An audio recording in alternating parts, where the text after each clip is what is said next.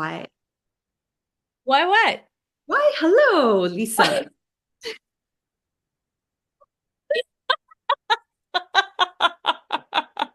Okay, that was funny. To Um, me, probably not to the viewing audience, but yeah, no, but yes. Anyway, very lovely. I started talking before the recording started. Were you going to ask me a question? Good to see how you're doing. Oh, why, How are hello. you? How are you, my friend?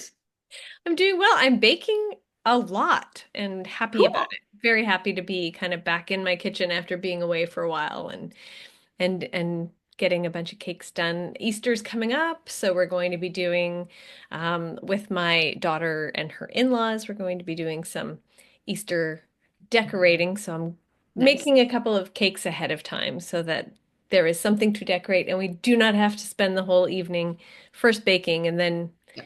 mixing a bunch of colors and then decorating. So yeah, Very, very cool. come to them prepared. Yeah. Perfect. How about you? How are you? Yeah, I'm doing well. I've been playing a lot with some chocolate of Yes. late, so Saw that.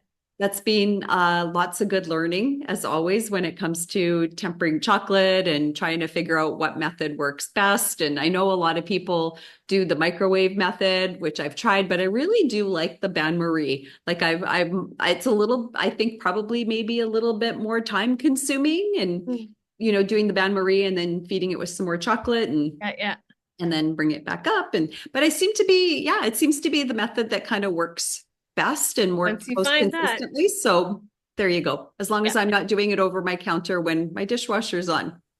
Yes, I will. I do recall Oops. that. Yes. I'll never Yes. forget that one. You Yeah. got So it. so Oh yeah. far, yeah. So far it's been a lot of fun and then just experimenting with flavors and things Oh, like that. So caramels looked very there you good. go. I was I like, love my caramels are the always I caramel. love caramel uh, chocolate. If I'm going to have chocolate, because I'm not a massive fan of chocolate, but if I'm going to have chocolate, it's got to have some caramel in it. yeah. So you just make all the chocolates and then give them away to people. That's true. Yeah, I Yeah. know. I know Yeah. you. That's So pretty getting a cool. little head start on for Easter and then yeah, kind of Yeah. figuring out some stuff from there. And then tonight I've got to do some vegan macarons. So Oh, you're gonna use that vegan meringue powder? no, nope, I'm using You aquafaba. you are using aquafaba. Have you tried both?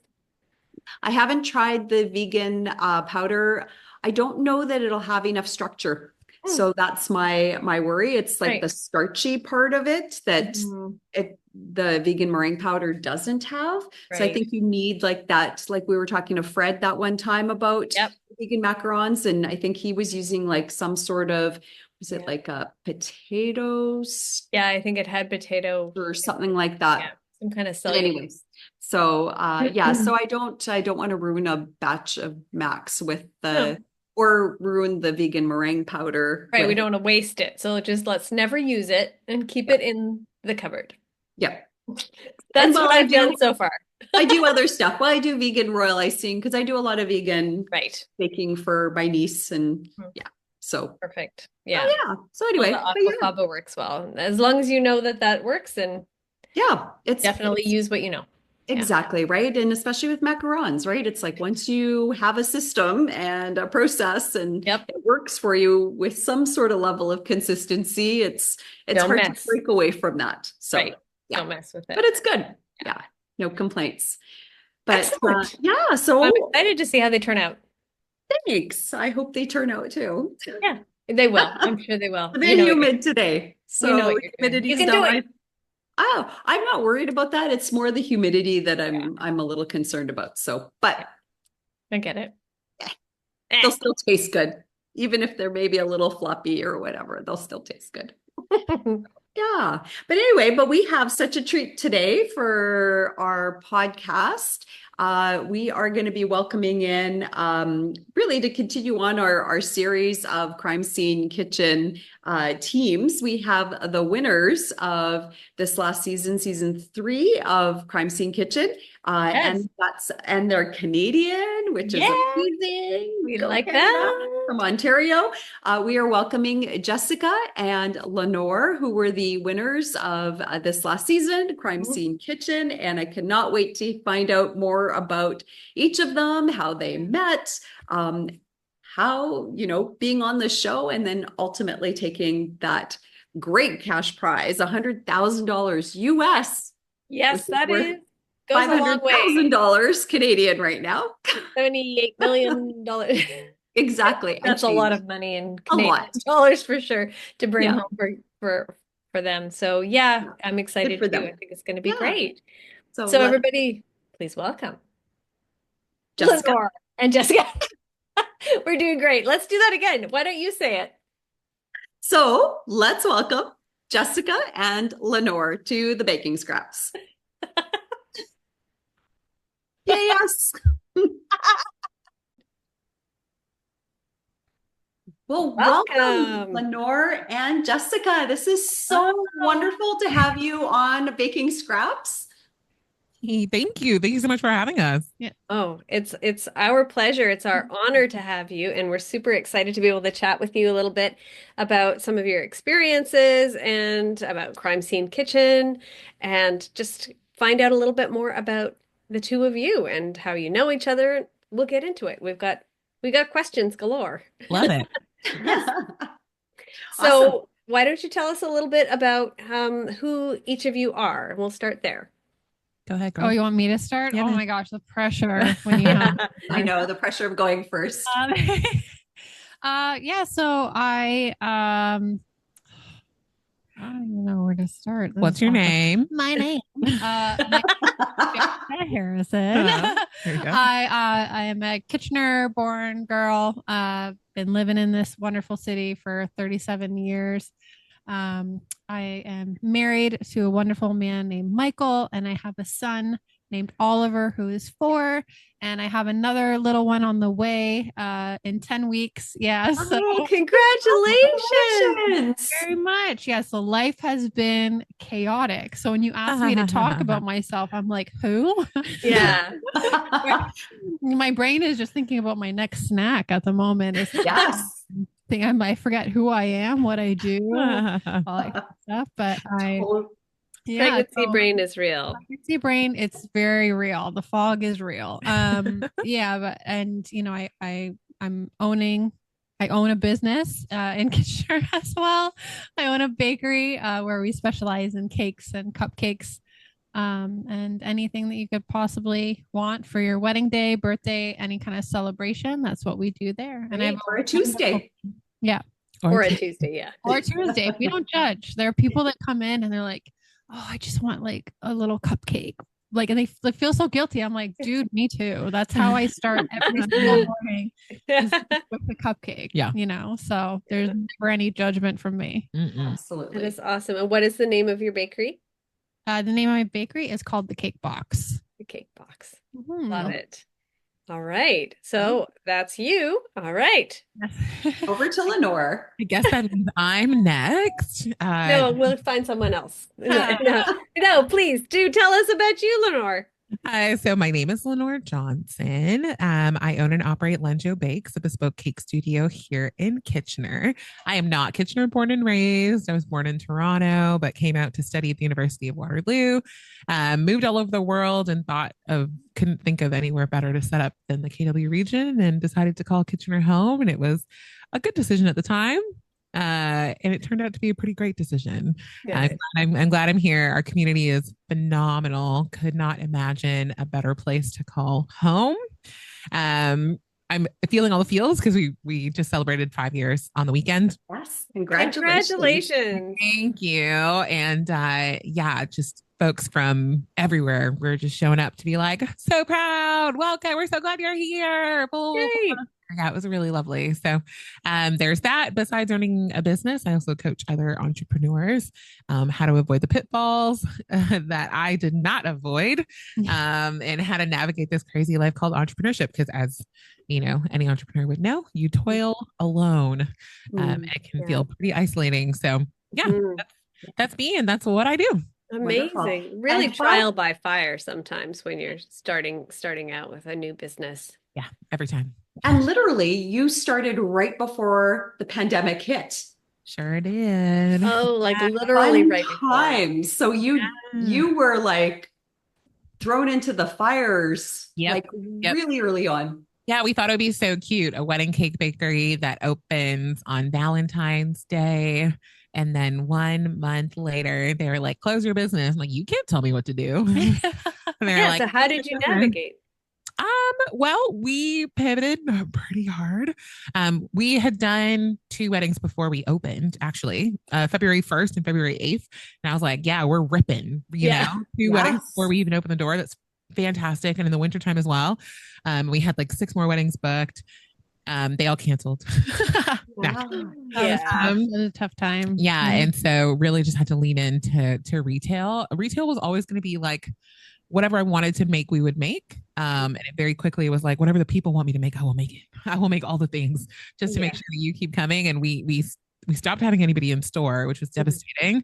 Mhm. And we had a window at the back of our building that my landlords wanted to brick over when they were fixing up the exterior of the building before we moved in. I'm like, no, no, no, no. I'll buy the window if we could just keep it. And they're like, do you want a window that opens? I'm like, yeah, why not? Maybe it'll get hot in here one time and we'll want to open a window. My God, it was the best decision I've ever made because that's how we operated until like October or November Wow. of 2020. Fantastic. Wow. Yeah. That's incredible. That's it. That's how we did it. And then Jessica, was your business already operational through COVID as well? Like how did you pivot and deal and get through the ugly times? So my experience was a little bit different from Lenore. So I've been running the cake box now for 3 years. But in 2020, I was pregnant with my first child and I was working for the previous owners and we were in the process of transferring over the business. So, 2020 was, we're like, hey, maybe we're going to have to postpone this because I'm not about to take over a business when I'm about to give birth to a child. And also, this is the middle of a pandemic, not a great time to be doing this. But yeah, it was really difficult when a business that survives off of people getting married is now and major celebrations, nothing's happening. Everyone's staying at home. So what the owners and I did together was like cupcake delivery service. So, and also like a pay it forward. So if somebody would order cupcakes to their friends and we would, attach a little note memo to it, be like, hey, this person, wanted to share some love. How about you do the same for people? So it became this, huge web of people so I was driving all over town, go down the city because I was in every square inch of Kitchener, delivering boxes of cupcakes to try to, keep the business afloat and also bring some, joy during a very, very time. Yeah. Yeah, I'm absolutely. sure And that was much welcome. yeah, what a wonderful way to turn something so, I mean, it was such a crazy time, right? And it was just, there was a lot of pain. People lost their jobs, you're stuck at home, a lot of shut-ins, seniors especially. So to take something and pivot the business in a way that not only you could keep it going, but then also allow other people to share that joy and create, a larger web of community, like you said, I think that's just so beautiful. Like really, really amazing. So well done. That's so cool. Thank you. Thank you. Yeah. Job Great. you. Yeah, so much love, so much joy. Yeah. Right? Yeah. And so then you had your child, the pandemic sort of moved into a more manageable state. And then you were like, okay, now it's time. Let's start doing the transfer of ownership. And did you change a lot of how the previous iteration of the bakery was and just really put your stamp on it? Or were you kind of carrying on the same sort of provision? Sorry, you have pregnancy brain. I have perimenopause brain. Oh, It's not fun. And it's pretty much the same it's thing. never ending, No, it really isn't. Yes, All the fun all the time. reproductive years. So No. you know what I'm trying to say. The Yes, same I totally offerings, the same, I don't know, the word's gone. So like use that one. That'll work. There was a lot that I kept because a lot of it worked. Yes. Anything that I did change was to make it more manageable for my lifestyle. Mhm. Because the previous owners were a married couple, but they didn't have any children, and they focused 100% on the business. They didn't Yeah. have any other responsibilities or anything they had to step away from. I had to hire a lot more staff and become dependent on a lot more staff because like I have to go pick up my kid who's, picked up a stomach bug from daycare. I have to walk away from this. So being able to have staff that you can trust and bring on. So financially, it was very different viewpoint of how the business was going to look. And also the previous owner as well, he was great with doing taxes and payroll and all that. He could just rattle numbers like nothing. And I'm like, this terrifies me. I believe that tax jail is real and I don't want to go there. I don't want anybody coming after me. So it was a huge learning curve for me because cakes I knew, decorating I knew, managing I knew. But that side of the business is very scary, still is very scary. The CRA loves to come after you for anything. Only small businesses though. Big businesses, you can do whatever you want. You can do whatever you want. Ooh, yeah. Yeah, isn't that the truth? Sad but true. Yeah. There's more, there are more places to hide, I think, when you've got a larger business, right? Yeah. Absolutely. So just trying to manage that and definitely keep respect for the previous owners and everything that they built and what the customers loved about the cake box. I wanted to respect that as well. There were definitely a lot of things that I implemented that had a little bit more of my style, things that I took away that I'm like, I actually hate doing this. Yeah. So we're not going to do that anymore. We're not going to do that anymore. One of the biggest things is like saying no to something that doesn't bring you joy because it's like I'm literally missing time with my son or I'm, working an 18-hour day. So you know what? I'm not going to do that weird, ugly cake. I'm sorry that you're asking for.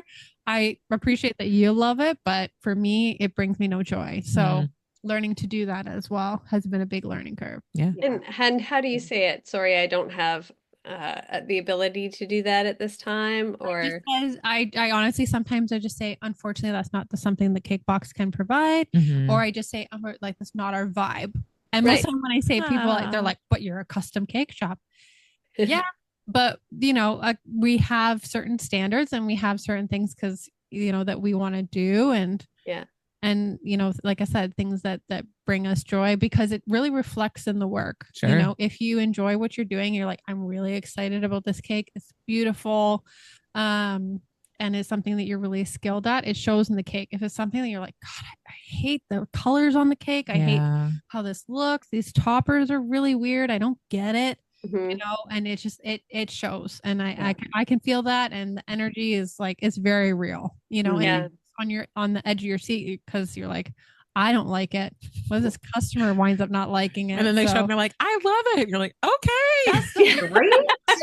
It's like I'll do a cake and I'm like, wow, this cake looks I never put out anything that's terrible, but like something that I'm like, I'm not really a fan of this, but it's what they wanted, I guess. Yeah. So I'll give it to them. They're like, oh, this is the most beautiful cake I've ever seen. I'm like, really? And then other cakes where I'm like, look at this. This cake is beautiful. It's stunning. So proud of this. And they're like, like that's the worst is somebody will come and that is the worst thing, or it's just silence. So they'll go, okay. I'm like, what? Yeah. What? Yeah. You get like zero reaction. Yeah. That's the first thing I ask. If anybody comes to pick up a cake and I'm not there, I'm like, did they love it? Did they like it? Did they love it? Yes. Oh, yeah. I think anytime as a baker, I think that's exactly what you do, right? When you're putting your heart and soul into something and again, all the care and attention, all the love, and you go and present it to somebody and you want to hear the ooh and ah, and doesn't this look amazing? And so when that doesn't happen, it's like,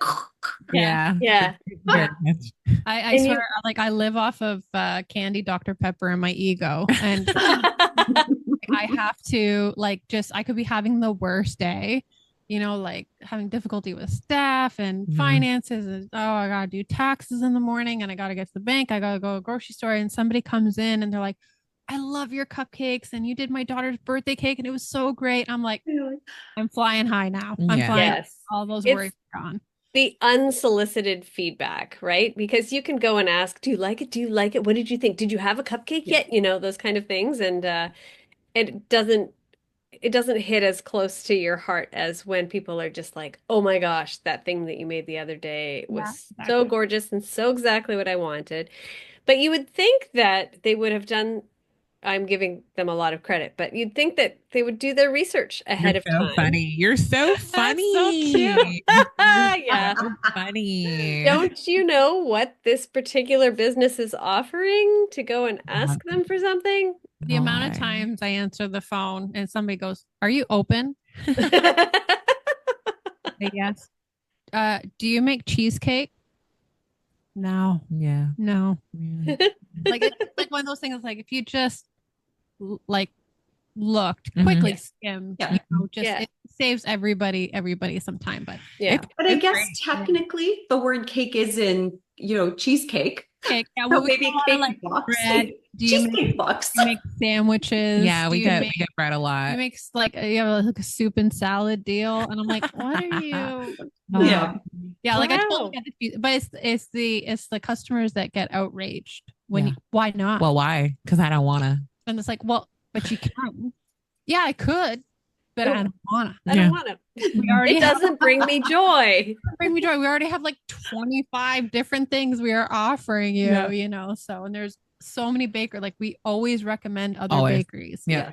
Like if there's something that I know that I don't provide, like we support other bakeries. Some businesses don't. They don't want to support other businesses. I'm like, I would rather you leave here having options than you leave here angry because you felt like I didn't help you. Yeah, exactly. Yeah, that's totally cool. So you specialize in cakes and cupcakes. And then Lenore, Yeah. you also do the custom cakes, but I think you have other things that you offer at your bakery. Yeah, correct. So when we opened, we knew that we were never going to offer cupcakes because the cake box was literally The 7 minutes down the road and they had cupcakes all the time. And I'm like, why would I? They've been open for 20 years. Why would I try to be like, we'll try our cupcakes? I'm like, no, I'm going to do everything they don't do. I coughed directly in your face. Like she turned to me and I did. And I coughed and I was like, oh no, sorry. Anyway, I apologize. I'm not sick though, so if that's any consolation. Just throat clearing. She just throat cleared in your direction. To be fair though, Jess did record when she was ill and I didn't even get it. We were sat we were right. Yeah, we were side by side. Yeah, and I was fine. Yeah, so we do specialize in cakes. We do make cheesecake and it's gluten free. We also But are you open? Yeah, we're never open. And yeah, like French macarons and brownies, like a lot of stuff that I want to make, Pop-Tarts, things that you can't really find elsewhere in the city. Can you find brownies? Yes, but our brownies are gluten free. Can you find cheesecake? Yes, but our cheesecake is gluten free. Can you find French macarons? None that are as good as ours. There you go. So we try to fill the niche as opposed to like doing what other folks are doing, but we are more than happy, like just said, to like make recommendations. People come in and like, do you have cupcakes? Like, we don't. 7 minutes down the road, you will find a store and have 20 flavors of cupcakes and they're open right now, but you got to hustle. See you soon. Yeah.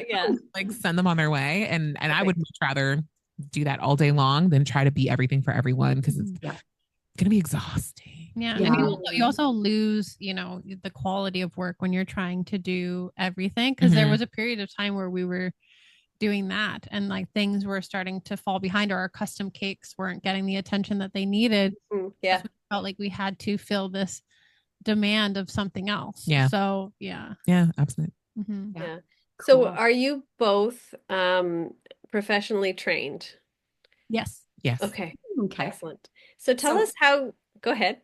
Oh, no, go ahead. Okay. So tell us how each of you kind of got started in baking. Like, was this an interest from a really young age, or was it something you fell into? Lenore, I'll let you start. You're nodding. So I always loved baking. My parents are both incredibly hospitable folks, and we would always have people over for dinner, and it was never just like a simple meal. It was always multiple courses, and of course, you end with dessert. So I learned how to bake really early on, just from watching my mom and dad. But as a first generation Canadian, being a baker is not a job, right? That's not something that you would do. So I went to the University of Waterloo and pursued a degree, and I was 3/4 of the way through, and I was like, oh, I don't want to do this. And everyone's like, so what next? I'm like, I'm gonna be a baker. I'm like, no, that's one thing we didn't want from you. Like, funnily enough, it's the only thing that really brings me joy. Yeah. But my parents are incredibly supportive, and Good. I did end up pursuing baking at George Brown College and loved it and exploited every opportunity that I could by traveling abroad and working in a variety of places before deciding to open my own place. And I kind of always knew that I was going to open my own place, but you don't want to graduate school and then immediately jump into like losing your own money, make mistakes on other people's times, which is a solid plan.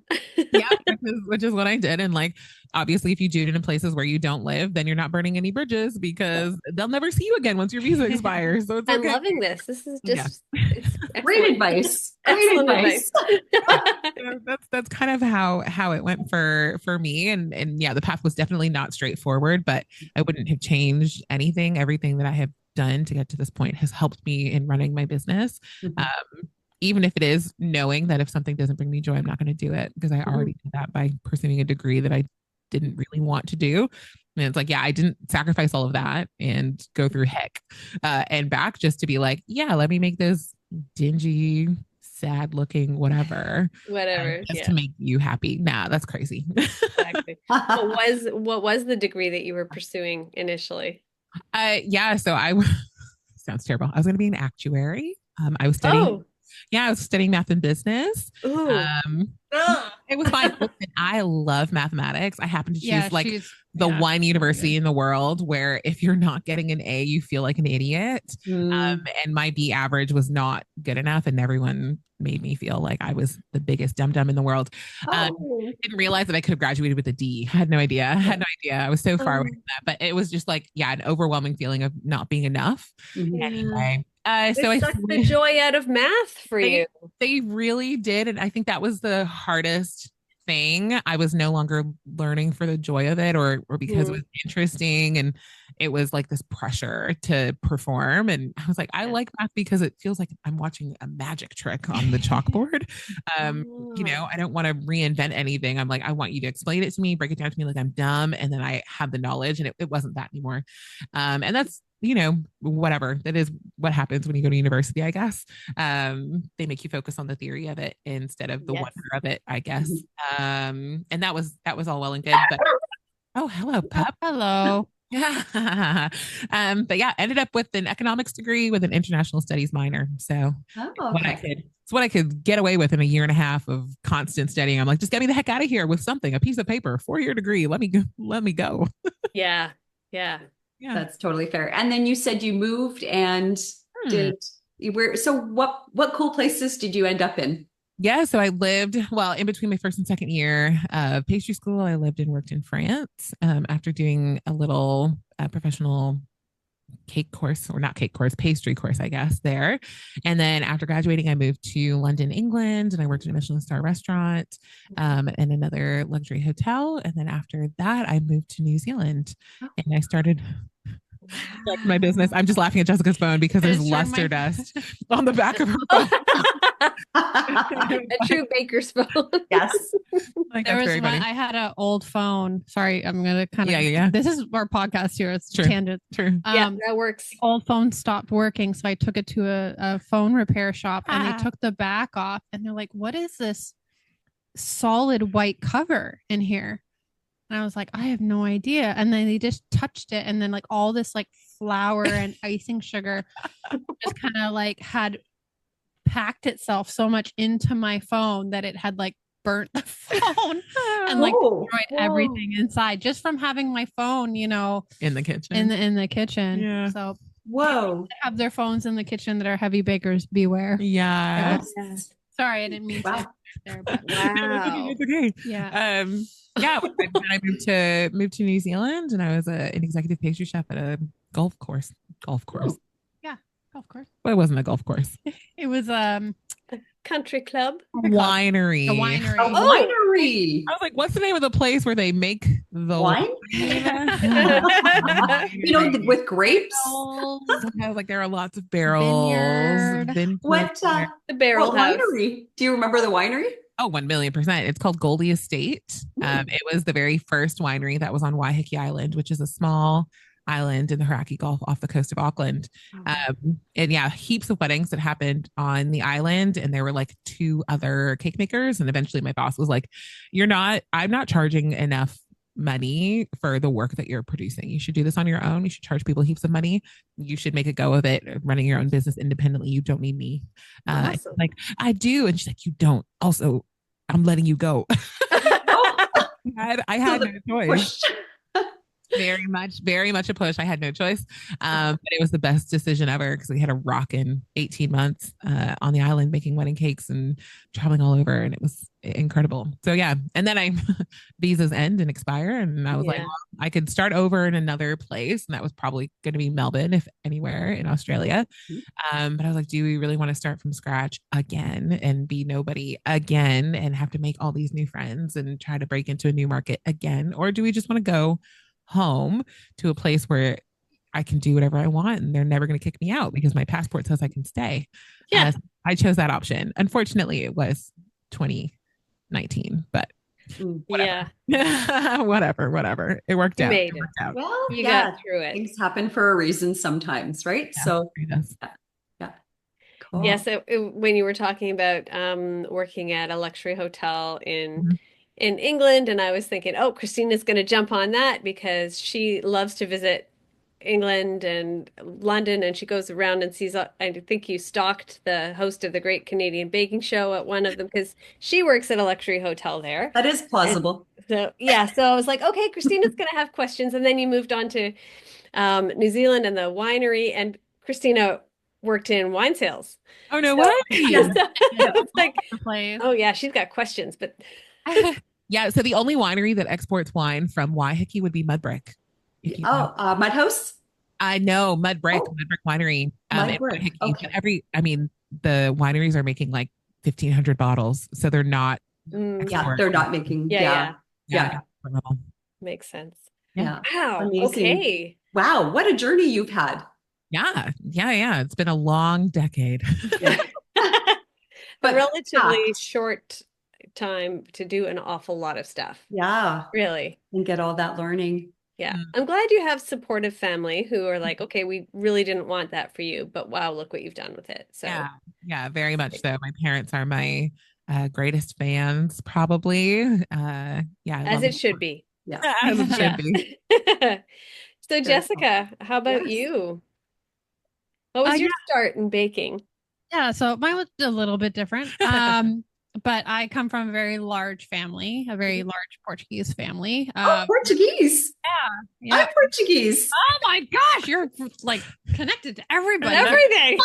Well, this is great. Normally it's Lisa who's connected It's with true. everybody, and this is great. It's like, okay. I feel like we're buddies.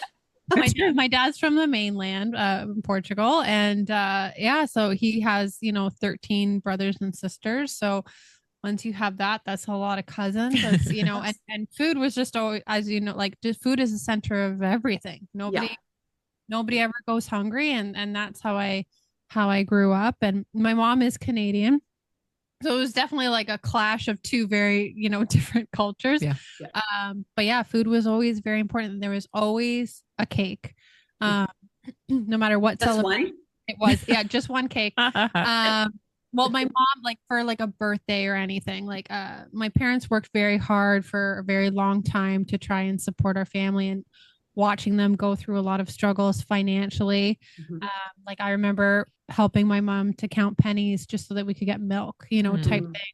And they really instilled in me like a strong work ethic. Yeah. But always like my dad would have loved if I became like a doctor or something like that, because he had worked hard labor for so long. He's like, I want you to like do something where you're really successful, making a ton of money. Yeah.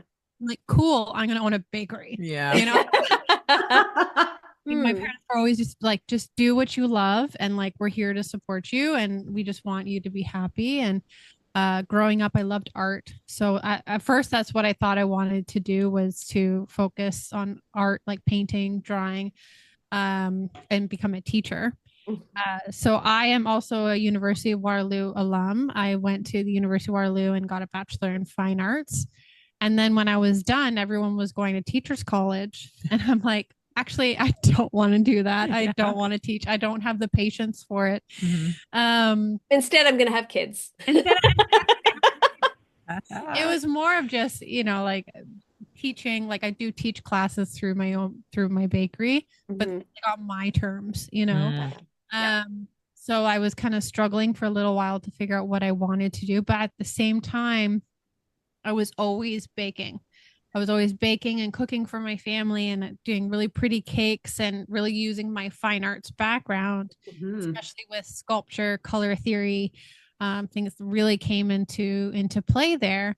And then a coworker of mine, I was just working in a warehouse. So again, I wasn't loving my life, but I was like, I just need to pay off my student debt right now. Yeah. And I had made him, I remember it clear as day, I made him like a Super Mario Brother cake. Oh, wow. And I brought it into work and he's like, why would you just bring this? And I'm like, I just really wanted to make it. I need an excuse to do a cake. And he's like, you should do this for a living. And I went, okay. So then I quit my job. And I'm like, if I'm going to do this, I'm going to go hard. But at the same time, I didn't know if I wanted to really stick with the baking route or if I wanted to kind of also go into culinary and be like a pastry chef. So I packed up and I moved to Toronto and went to Humber College for culinary, and did that and worked in a bunch of different kitchens and realized I hated working on the line. Again, not for me. So then after that, I just moved back home, worked in a chocolate, like every bakery that would hire me. I worked in so many different, like I worked in like a market style bakery. I worked at a place called With the Grain in Guelph, where I was up at 3 o'clock in the morning doing bread. I worked in a chocolate shop. I was just working everywhere I could. And then just realizing what I didn't want to do really helped to reinforce what I did want to do and what I love doing. And I worked at a wholesale bakery for a very long time, kind of worked my way up to management. But again, it still wasn't doing what I wanted to. I'm like, the only way I can do these cakes the way I want to do them is to have my own business. But I didn't want to jump into it head first because again, like, I don't want to, my fear of failure was extreme. So I started working at a bakery called The Cake Box, where I just started as a baker. I wasn't doing any decorating, but she knew about my skills. So if she needed my help, she would kind of pull me over to the side.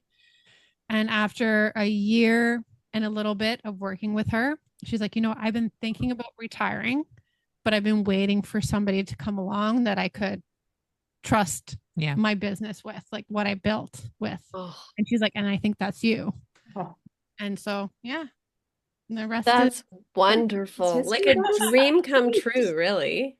Yeah. So it was a lot of like, so many people will kind of be like, I always knew this is what I wanted to do. And I just, steamrolled forward. And I think for me, having the validation of doing the things that I was like, well, maybe, and I do it for a little bit and I'd be like, oh, nope, so just having that validation, I tried it. I didn't like it. And like, just stick with what you're good at and do that. Yeah. And I think that's a great journey to have as well, right? Is learning the stuff that you don't really have the passion for, and really it fine tunes, it laser focuses you into exactly where you need to be, which is where you found yourself and where you are today, which is incredible. What a great story. That's incredible. Yeah, it's really fun to listen to both of your stories and just kind of, because I'm living it with you as you're talking about it. I can imagine how that would feel and everything. So that's really fun. So how did the two of you connect? Meet each other? We didn't talk about that at all in our journey story. I guess. No, not at all. I was waiting kind of for, and that's when it would be like, and then I met this lovely woman. I'm like, okay, so far I'm seeing these paths. No. They're just like this, straight. Well, I guess part of me moving home, I didn't just pack up and move home. I was lucky enough to have a job offer that was going to meet me when I arrived. And it was at Conestoga College, teaching in their baking and pastry arts program that had just started up that September. They needed to wrap up the rest of the culinary, like they used to do pastry in the culinary program, and they needed to tied up a little bow. And so I had a semester teaching the last cohort of culinary kids who were going to learn pastry. And so I arrived just in time, really. I was like literally just in time. I arrived Friday morning, and then it was Thanksgiving on the Monday, and I started Tuesday. Wow. Perfect timing. And it was on that Friday that I landed and slept in. Well, didn't really sleep in. I was jet lagged because I'm flying from New Zealand and arriving at midnight. And slept through my alarm, and I didn't have a cell phone. So there was no alarm anyway that was going to make sense. Whatever, fly down to the college to get my uniform because I have just this one chance to make sure that I'm ready for Tuesday morning. And it was actually my very first professor from George Brown who helped make the introduction for me to get the job. And he was like, let me take you on a tour. And so we went upstairs, and in the baking lab was Jessica. And that was the very first time that I met Jess, and she did not give me the time of day at all. We went into the room, and he was like, oh, Chef Johnson, this is Chef Kerr. Yeah, it was Kerr at the time. Yes. This is Chef Kerr. And I said, hi, lovely to meet you. And she said, hello, students, and went right back to her. I was like, cool story.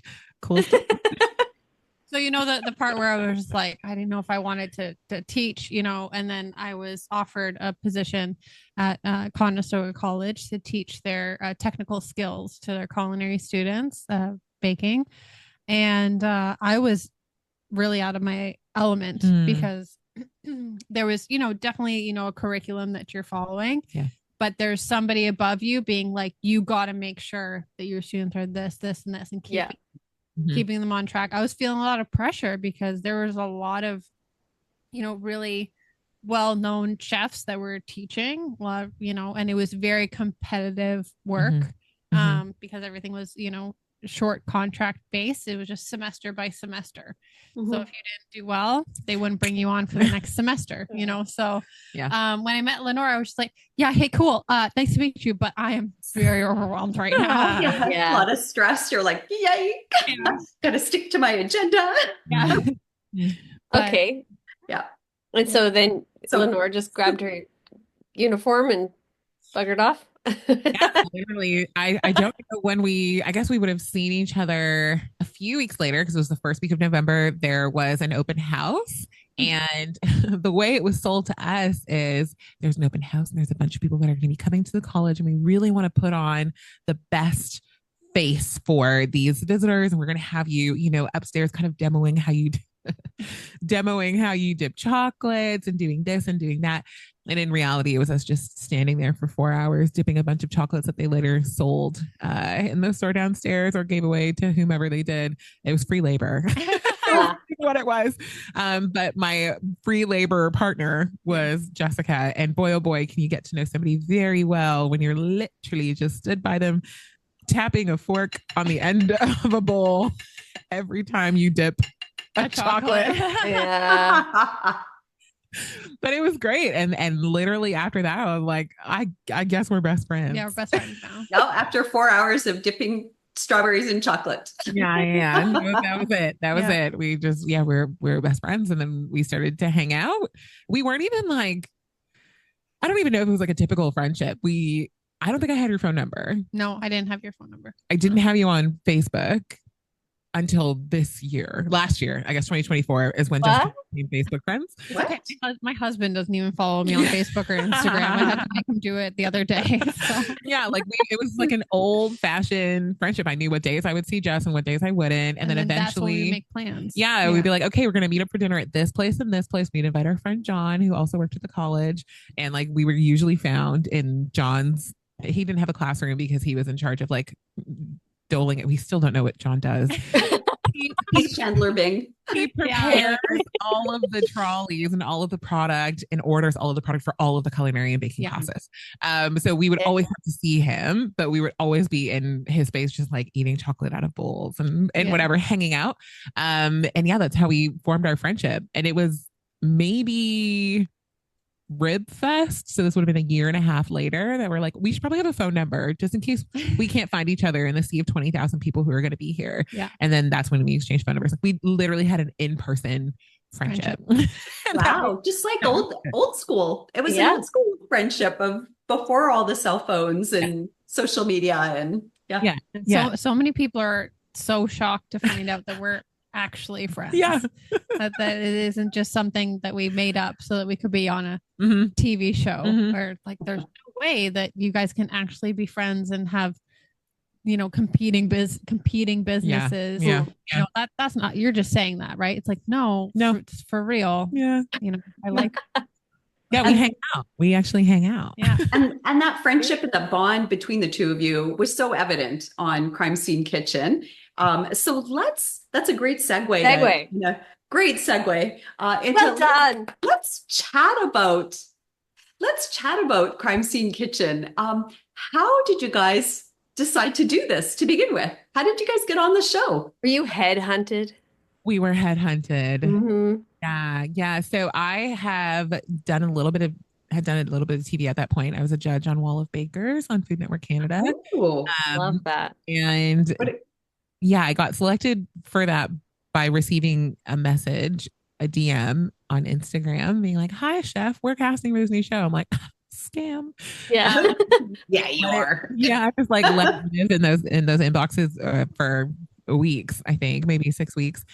Was telling another friend about it, and she's like, I sent her a screenshot, and she's like, I looked up this person, and they're legit. Like, they've been a producer on like Top Chef Canada and on Big Brother Canada for 15 years. Like, I don't think this is a scam. And I was like, emailed back and was like, I think you have the wrong person, but if you don't, I'm like interested to hear more, but I think you have the wrong person. Like, no, we have the right person. Don't worry about it. So then when I received another DM being like, hey, we're casting for this show, do you want to be on it? And I'm like, this is how it's done. And I'm like, yes, you can call me anytime. Here's my phone number.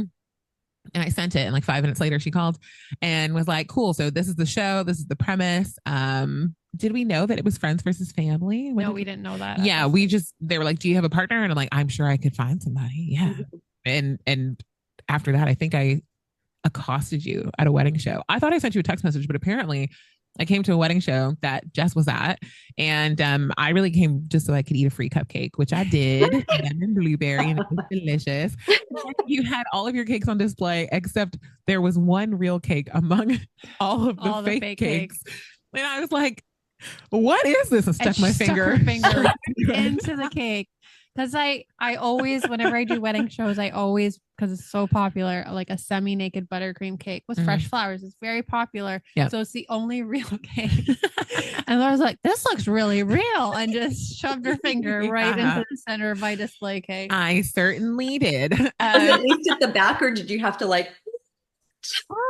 I just told everybody that came to my table. I'm like, so this is what the cake looks like if you leave it unsupervised and someone pokes it. Somebody's gonna poke it. And it was a banana cake as well. I'm jealous. I should have just cut a slice because it was one of my favorite cakes. And I was like, yes, I got this message. Do you want to be on TV with me? And my response was, are you kidding me? I knew nothing about the show. I had no idea what was going on.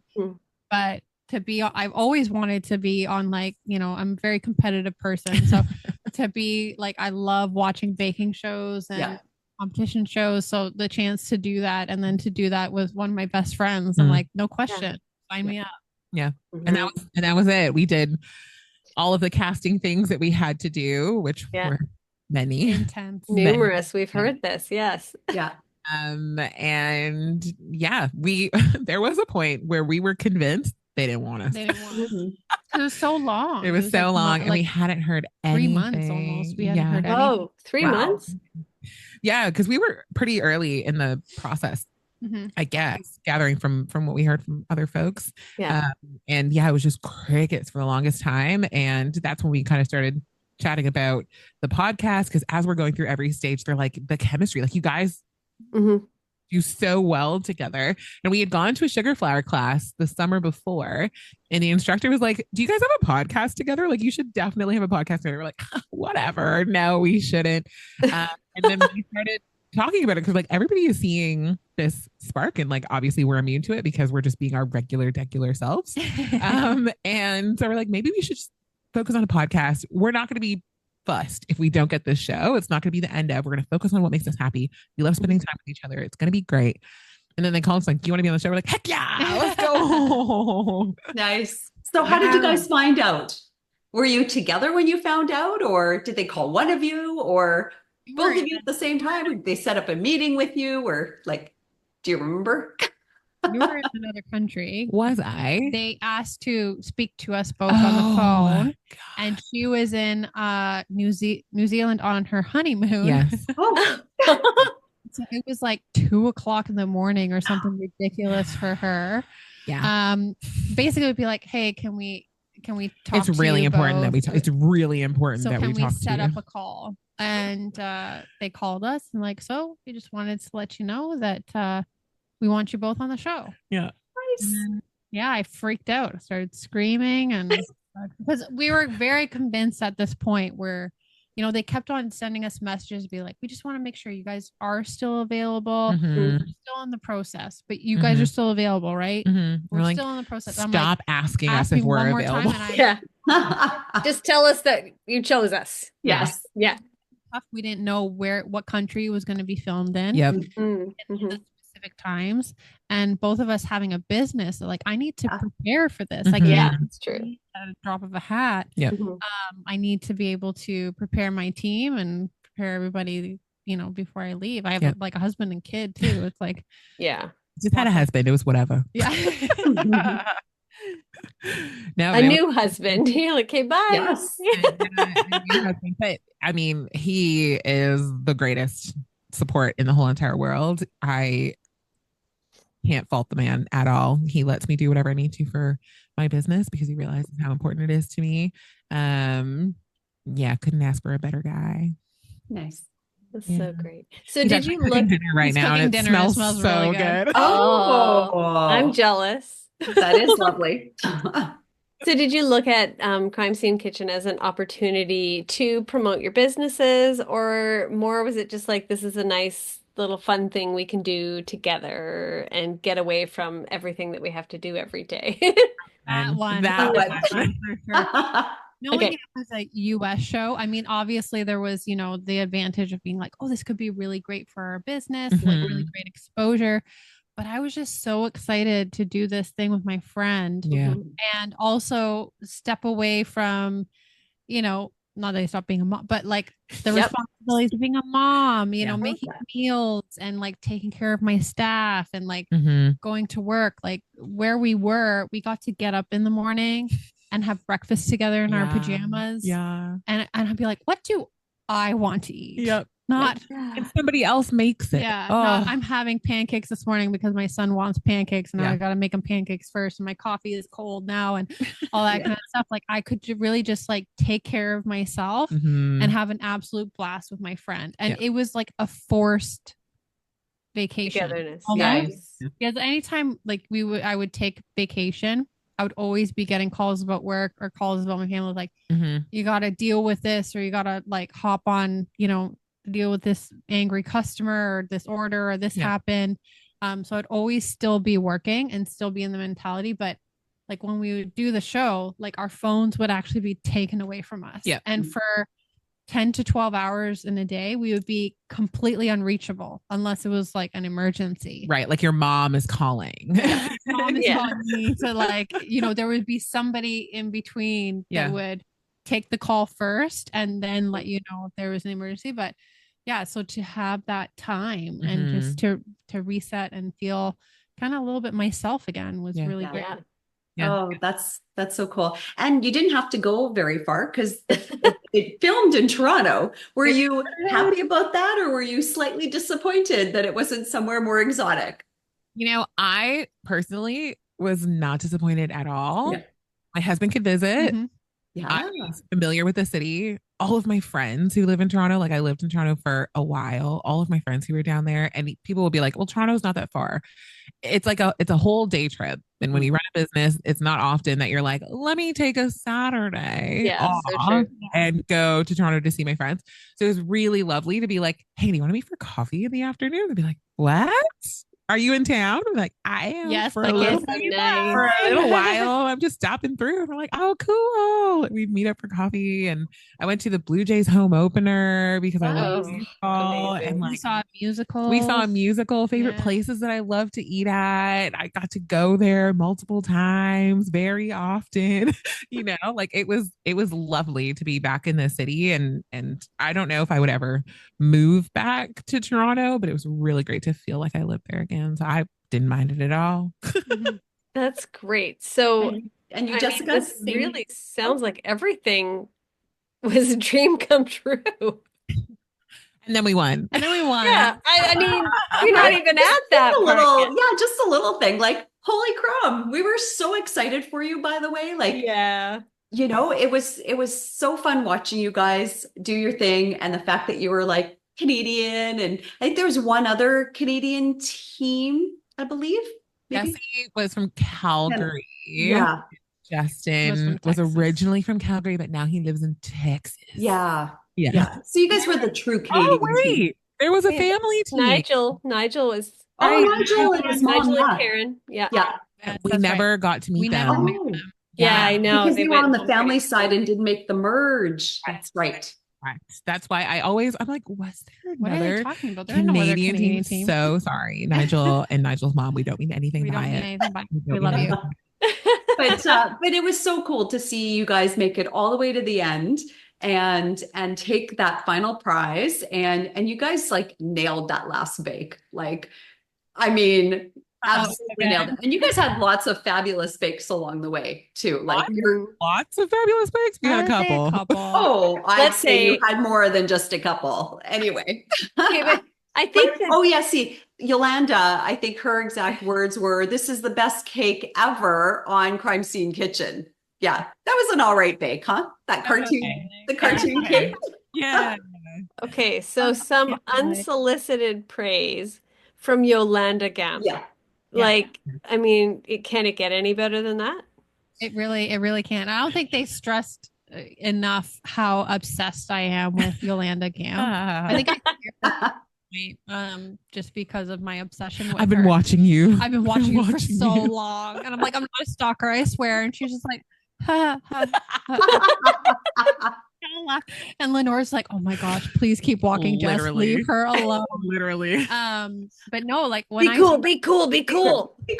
when I started my baking journey, I was, self-taught. I was learning from home and I was watching cake decorators on YouTube. And one of them was Yolanda Gamp. Yeah. And she just made cake making so fun. Like you want to put a pecan pie in the middle of this chocolate pie with caramel and Mars bars, do it. And I was like, okay, it was this whole of like, she does this and you could see the joy. And that's why I was like, yeah, I've been obsessed with her for so long. So to be able to meet her was definitely a highlight of the whole thing. Yeah. Yeah. Now, did you guys get a chance to, outside of like the judging, did you guys get a chance to chat or at all, or just during that judging time?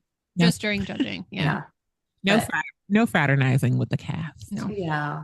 Yeah, we heard that you were really kept quite separate from everybody else. So, I mean, it sounds like it was perfect for the two of you because you really got to have a lot of one-on-one time together, which, I mean, it sounds like a dream, doesn't it, Christina? It really, you really want does. that?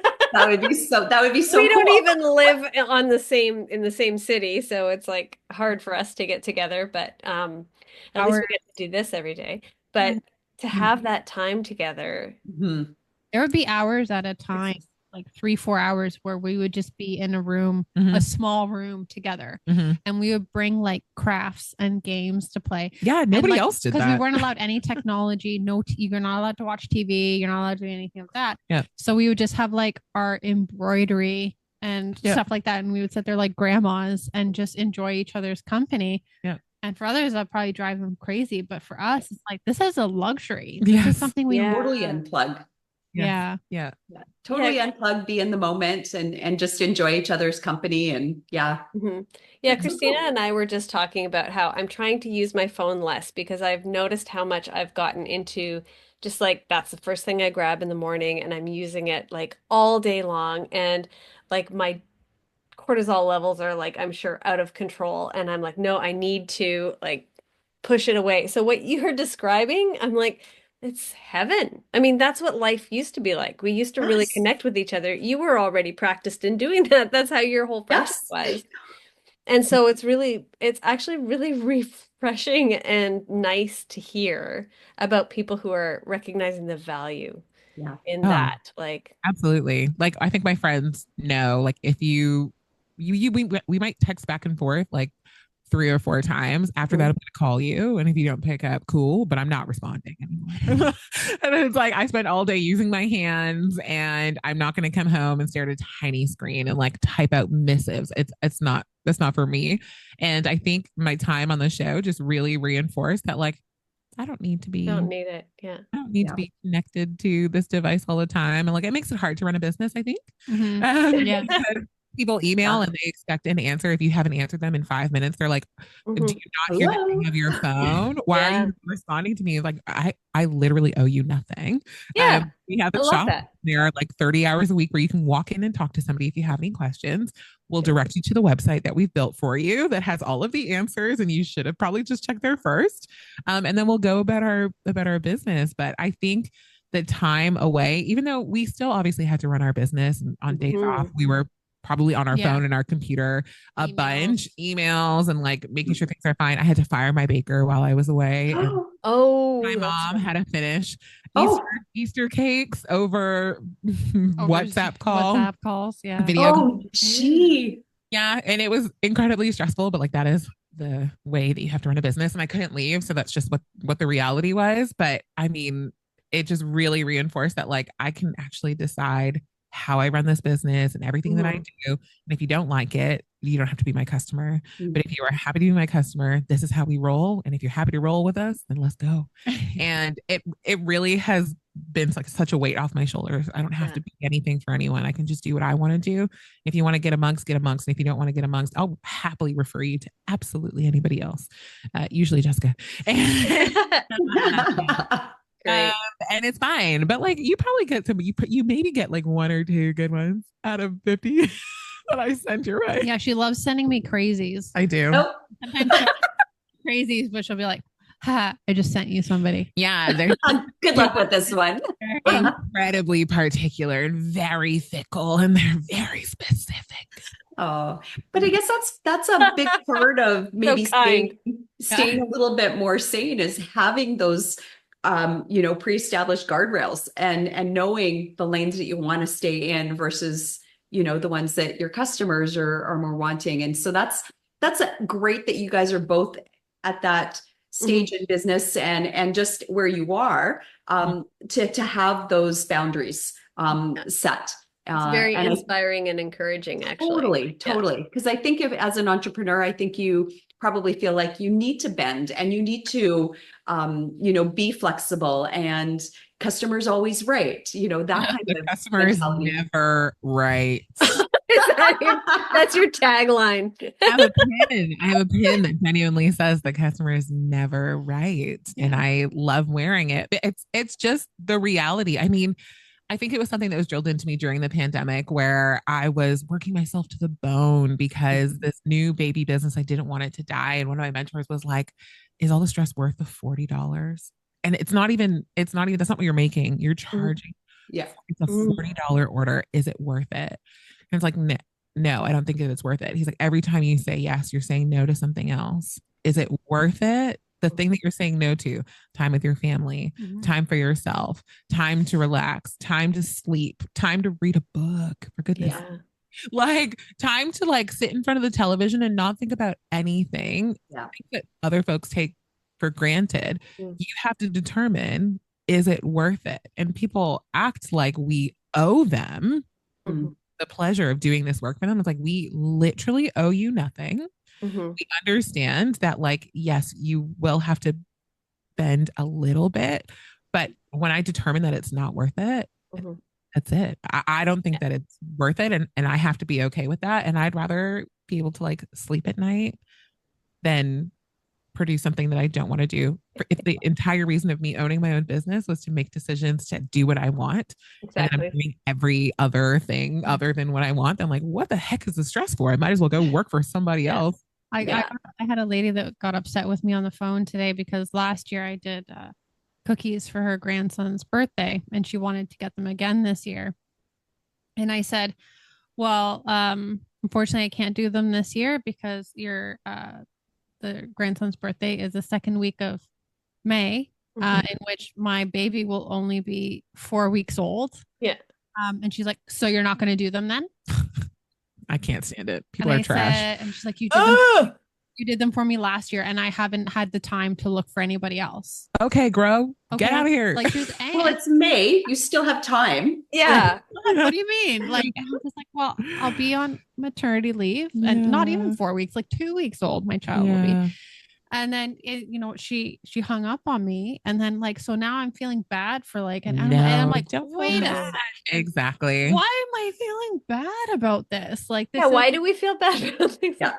For like 24 cookies or whatever the order might have been. Yeah. you know, like, that's exactly it. And Yeah. it is this whole like the customer is always right is not a thing Not a anymore. thing. It's not a No. thing because people were, grinding themselves into the ground to Mhm. appease people just because they felt like they had the right to. If I say no to something. this order, will another order come? Yes. Yes. Yeah, they will. It Yeah. will. It Yeah. will. So what about a friends and family discount? Or do you like, I will make you something if I feel like making you something? It depends on what they're asking for. If they're actual friends and family. Yeah. Yeah. Yeah. Yes. And you know what? Actual friends and family very rarely appreciate a discount. They'll be like, don't give me a discount. And you'll put the discount on there and they'll e-transfer you the full amount anyway. Yeah. And most of the time, if it's like a friend, they're like, I don't care what it looks like. Yeah. Do whatever you want. Mhm. It's not Nice. fun. That's when, those are the true friends and family, Yeah. like that are coming around. Like I'll have customers that'll be like, Yeah. I come to you all the time. Can I have a discount? No. I don't go into Zehrs and be like, I come here weekly for groceries. Can I have a discount? Can I get a discount this time? So Yeah. Yeah. friends and family, they put up with a lot of stuff from me. And they like my family and friends are like a huge support system for me as well. A lot of free babysitting.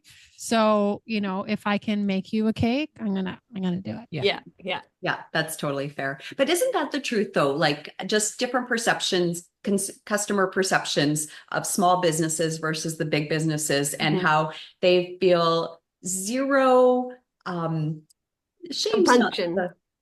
No. exactly. Like the gall, the to go to a small business who The audacity. the audacity, that's the perfect word for That it. was Jessica. I didn't say that. I'm pretty sure Jessica said it before. But yeah, the audacity of people asking for these discounts of these small businesses and then getting upset when you're like, I'm sorry, the price is the price. And they're like, well, I could get a cake at, wherever for like this price. And Go do it. People really don't like when they're like, well, I can go to Zehrs and I can get it. I'm like, Go then do go it. ahead. Yeah. nothing is stopping Like, you. why would you say that? Not a threat. Because that's it's not if that's what you want. I'm not judging you. Yeah. But even when people like, especially with how groceries and the prices of inventory has just been climbing. So again, I had a customer that last year they wanted to get the same cake. Like, but last year you only charged me this. And I'm like, but last year butter was, you could get it for $4.99. Now it's $6.99. Yeah. Wages have gone up. My rent has gone up. So Yes. Yeah. Flour, sugar, eggs, everything. Sugar. To be fair to the sugar people, it actually went down by $2. It did, yeah. Sugar Oh, Nice.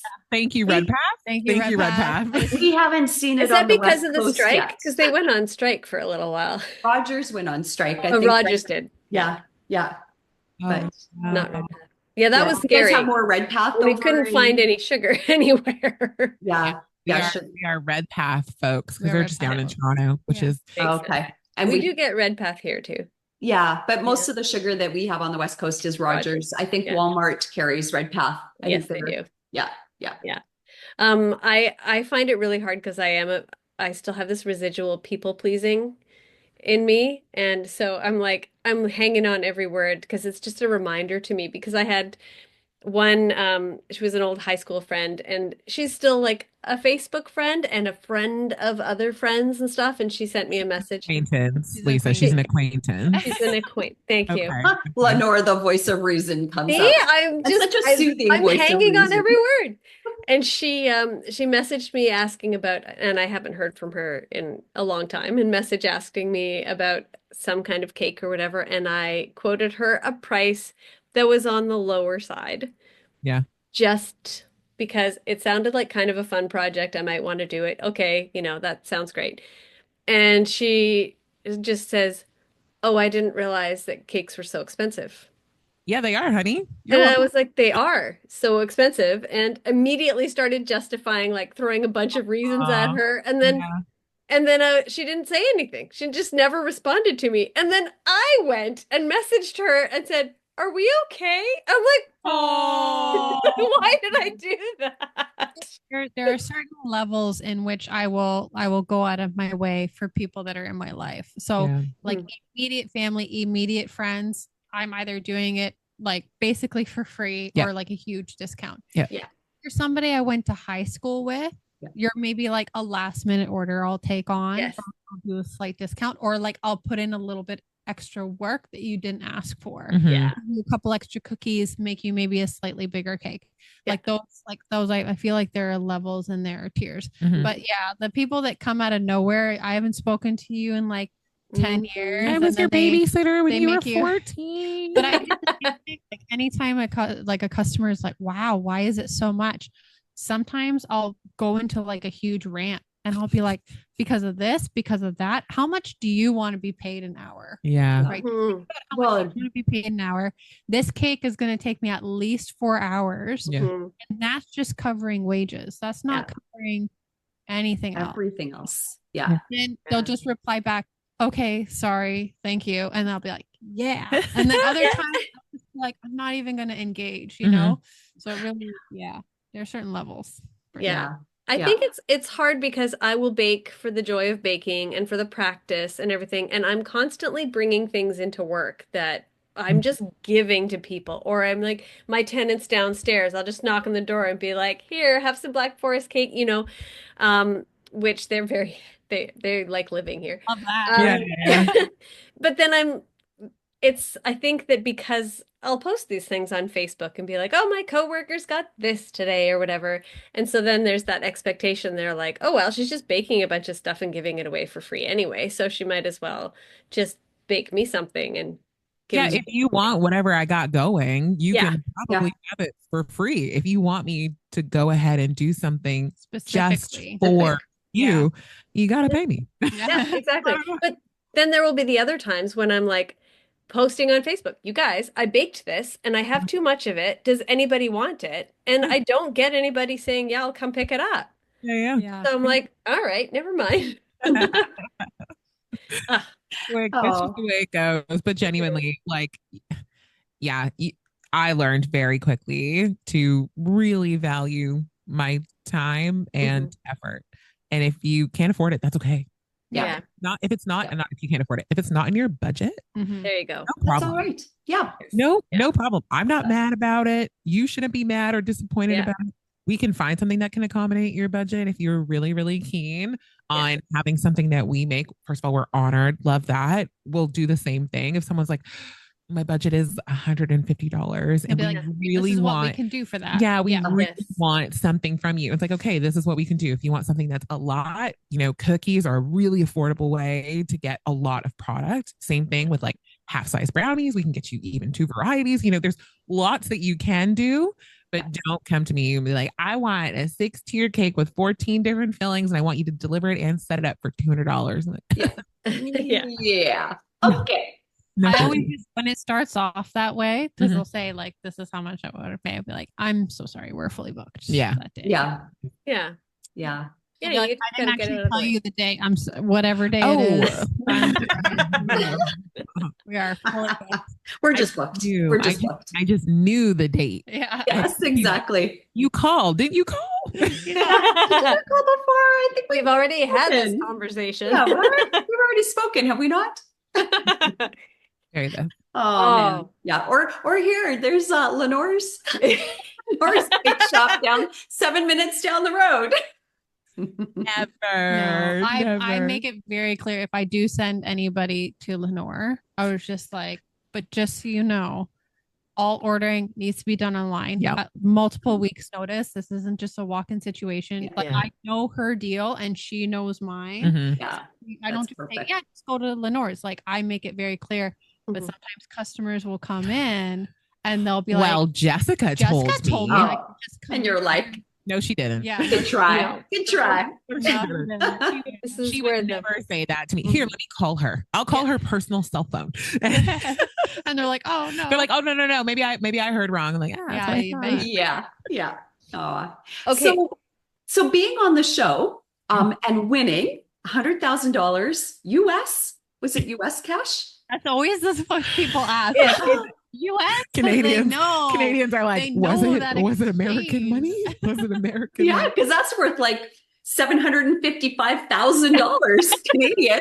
Basically millionaires. Yeah. We're yeah, basically 100%. yes, it was American dollars. Nice. That's it. Nice. And so how has your how have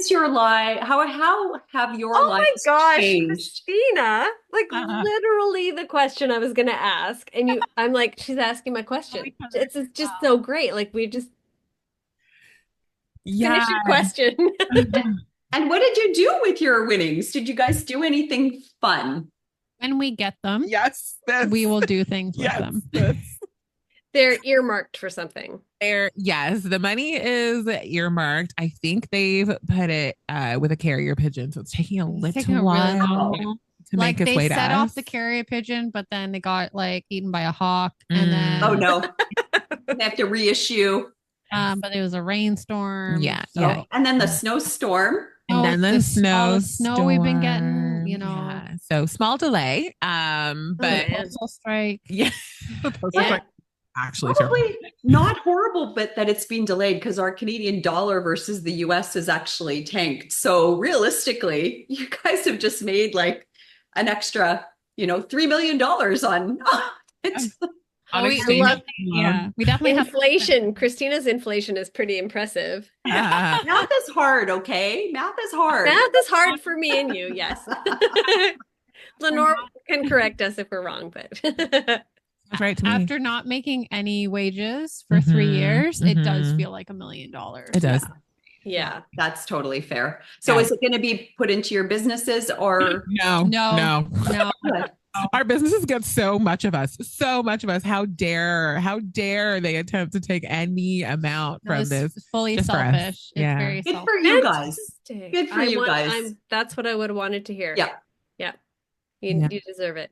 So you got Yeah. the vacation and the forced time together, the wonderful little break, Yes. and then you get some money to play with and do something nice Yes. for yourselves. Yeah. So my husband and I, we're going to go to Japan next year, which is something that we've always wanted to do. So we're going to go for a month. Nice. Very excited about in April, right after Easter, because it's nice and early. Thanks, Easter. And I'm going to send my parents on a vacation somewhere because they work really hard for me all Aw. the time. Like my dad was working in the cafe all day today. Thanks, Dad. And then other than that, I mean, probably dig a hole and put the rest of the money in there until we can afford a house, which should be in like 73 years. Very true. Yeah. Oh, There's that is that math awesome. again. I love that. Yeah. And Jessica? So my husband and I, well, we've already started it just because we A need to baby. make more room for the baby. Yeah. So we've started renovating our house that we couldn't afford to do before. So we're fully renovating the main level and making more room for baby number 2. So wonderful. Wonderful. Oh, That's great. Well, we're really, So- really happy that you two won. We're Yes. happy that we got to watch you because it was inspiring and fun and entertaining. Anybody who hasn't seen your season of Crime Scene Kitchen, well, they've already had the spoiler, yeah, but still worth watching. it really is. I think we can find it on CBC Gem and on YouTube. Oh, Sure. I knew that they had episodes on YouTube earlier, but I thought Fox would have nixed that in the bud, but they did No, not. they left them. They Nice left them up. one. Nice Yeah. one. Yeah, last time I checked, they were there, which is really great because you can watch all the seasons on there, and Yeah. it's such a fun show. It really is. Yeah, Yeah. it really is. And we've Such had a a good couple of premise. other people from Crime Scene Kitchen from your season come on and have some chit chat with us. So that's been really fun and so great that we're winding up this little series with you. 'Cause Love it. wonderful. So what do you say to playing a quick little game Love of it. this or that? This or that. Perfect. Sounds good. All right. Right, let's do Well- it. We'll start it off really, really easy. We're just going to ask you a couple of things. Could be a couple of options, 3 options. And then you just tell us what your preference is. And she says it's a judgment-free zone. Okay, Oh, well, so we that know means that's not there's true. huge. Exactly. Noted. We'll start off really, really easy, hopefully. Coffee or tea? Coffee. Neither. Neither. Water? Apple juice. Choose I apple juice. love- Apple juice. I love But I juice. have to start my day with just a little bit of coffee. I can't have caffeine. It makes me anxious. Okay, well, we don't need Okay. that. No. I like that. Coffee or tea? Apple juice. Apple juice. I'm Perfect. baking a child. Maybe we should add juice to the question for future this or that episodes. Yeah. Cool.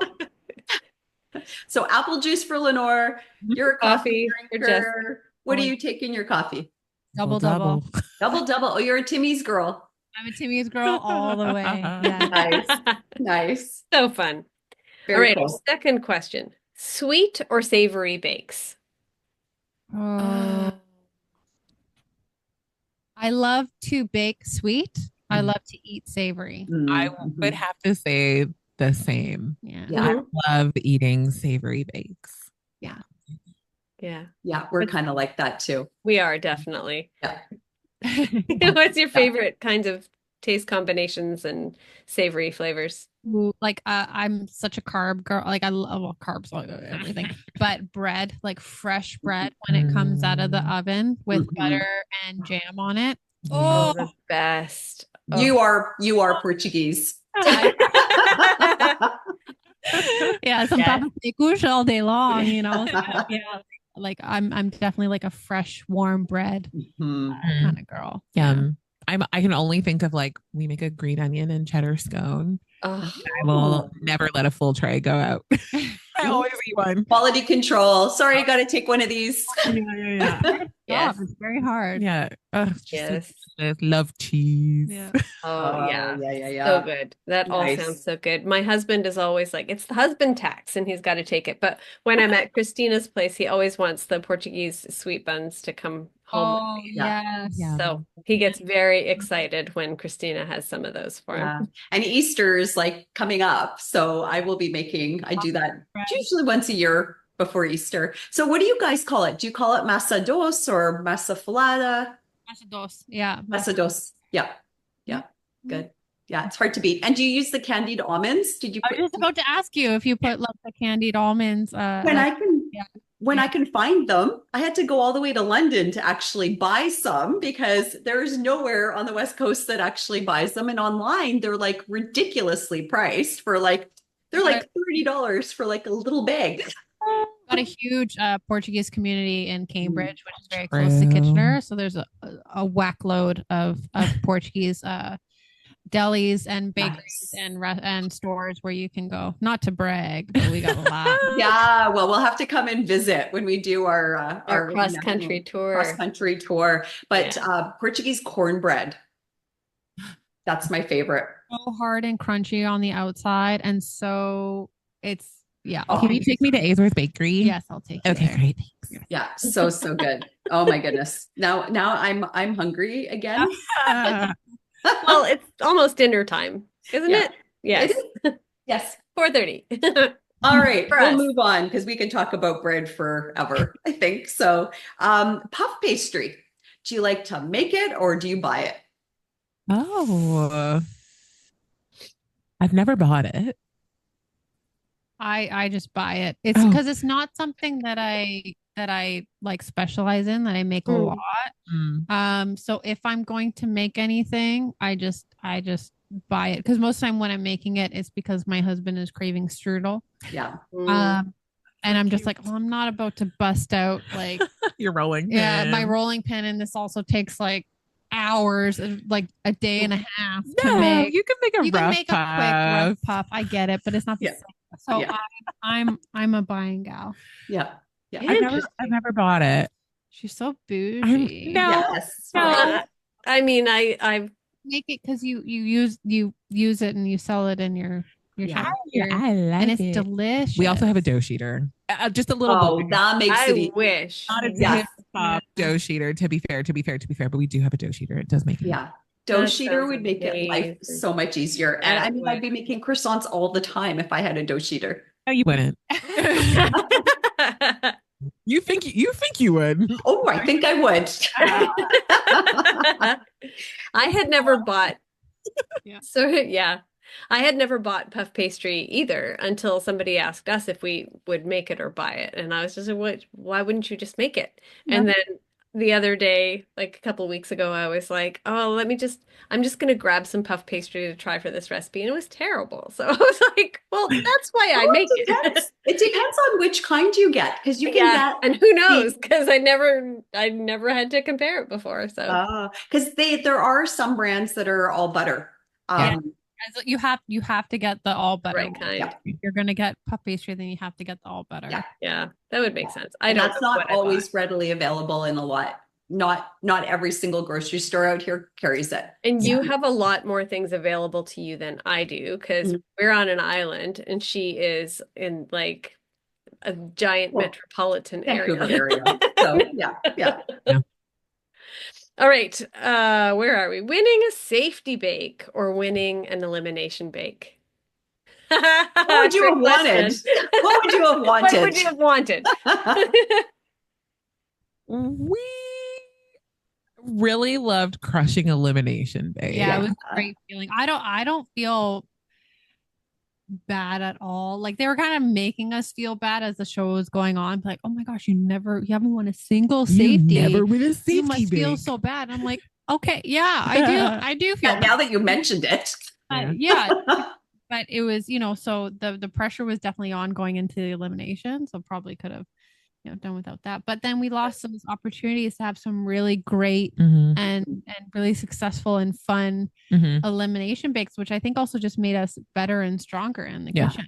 Yeah, that's very good answer. I love that. Yeah. We were never at risk of going home. We were never at risk of going home. That's very Which was true. nice. No, you guys actually did so well at figuring out the clues and getting so close. And I mean, and the best, I think, your the finale bake at the end, like the last one, like the bake of all bakes. I mean, I think you guys nailed every single element of that one. And not only that, but your cake looked spectacular. And I'm sure it tasted even more incredible. The cake looked. Oh, come on. Considering everything. Got that done in 5 hours. That was, yeah. When we saw photos, they send out photos like a couple of days before the episode airs, and I clicked the folder and saw the photo of the cake, and I'm like, that's not our cake. That's not our cake. That's not how I remember it at all. In my mind, all the cookies were perfectly straight. They were all grouted. Everything was perfect. And we were like, those are the wonkiest. Maybe they took the pictures like 12 hours later after sitting out in the sun or something. It was so funny. We were absolutely delusional. We thought we'd made a masterpiece. And we're like, it looked like a masterpiece on TV. When you saw the episode, it looked beautiful. It really, really did. And I think as bakers, I think you have that much more. You're just all about all the little details, and you see everything that's maybe not so perfect. Where again, when you actually present it to somebody, they see the whole beauty of it and the amazing. It's. Do you know what I mean? Yeah, like you're just so much more self-critical. What was that? Sorry, Lenore. Oh, there were like little dots at all of the crosses of the hatch, and I think I did like the front half or maybe the back half of the cake, and did not continue. Well, we ran out of time. We ran out of time, but things you don't see. I mean, really, you just have to congratulate yourself on what you did. You cannot compare it to what you would put out in your regular Fair enough. jobs, your regular Fair beautiful enough, bakeries. fair enough. Like It it tastes was, very good. So there was and that. and like we always like they say, you could have, a beautiful, gorgeous cake Yeah. and you could nail the flavors, but if you didn't hit the brief, if you're not baking what's in the crime scene kitchen, Okay. Yeah. you can lose Yeah. everything. It could be really, really super ugly, but you hit all the components and Yeah. then you got it. It was not ugly, by the way. No, So it wasn't. don't take what I'm saying that way. Yeah. It was a winning cake. Yes. Hey, you're kind. Yes. Yep. Your communication was one of the most fun things to watch, I think.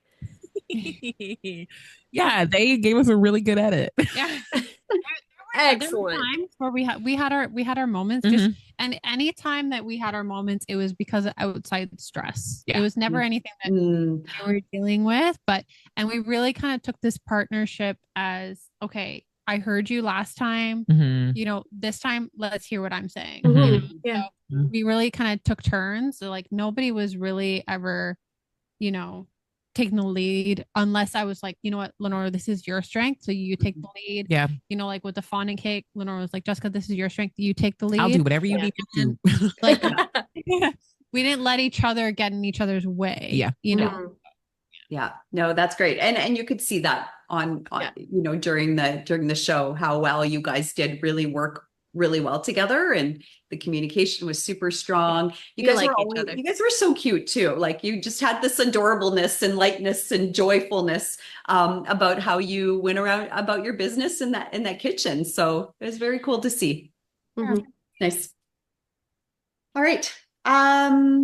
Chocolate or vanilla? Chocolate. Probably vanilla. Oh my goodness.